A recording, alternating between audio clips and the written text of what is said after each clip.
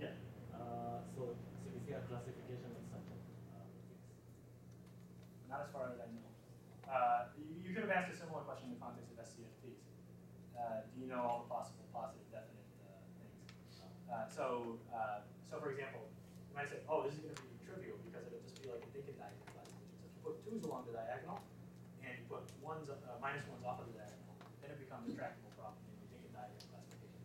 But now if I allow you to put arbitrary integers from 2 to 12, or 1 to 12 even, on the diagonal, and then put even just minus 1's on the off diagonal, it becomes a very complicated classification problem. So what I was exploiting here is that I also demanded one more thing when I give you a base, and then I put an elliptic fibration over. It's that additional condition which actually cut most of the, that's where I got my gluing use, which killed off most of the options. So can you find something analogous to cut and have a strong SCFT, which can be understood as holographic dual to this one-dimensional string theory? Yeah, so I haven't, sorry, so you're asking me about holographic duals to little strings? Yeah. I mean, two material cases, cut and have strong measures, there's a limited electrons and, cut. Yeah, so that, what can I say? Okay, I'm a little bit, so one thing we did work out is we worked out cases that have like an in theory gravity dual for the SCFTs. So most of these look like, so basically most of them arise from taking this linear equivalent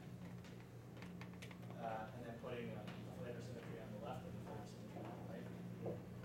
And then the large end limit corresponds to making this very big.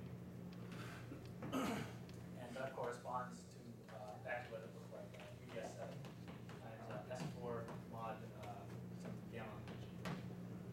Okay, so that's for the SCFTs. Now, in the context you're asking about, there's kind of a field theory operation for what you would want to do. It would be to gauge the diagonal of G left and G right to build this, to turn this back into a necklace. Okay, and it's at this point I get a little bit nervous about what to do with the gravity dual. So perhaps if I went down to kind of an ADS7 and 2A or something like that, which is another game people love to play, it might make more sense in terms of some profile of the build. Would that be heavily factor accurate? It would. So that's the reason why. So you might have said, well, hey, why did you want to have these flavor symmetries here? I could take a large end limit where everything's gauged, right?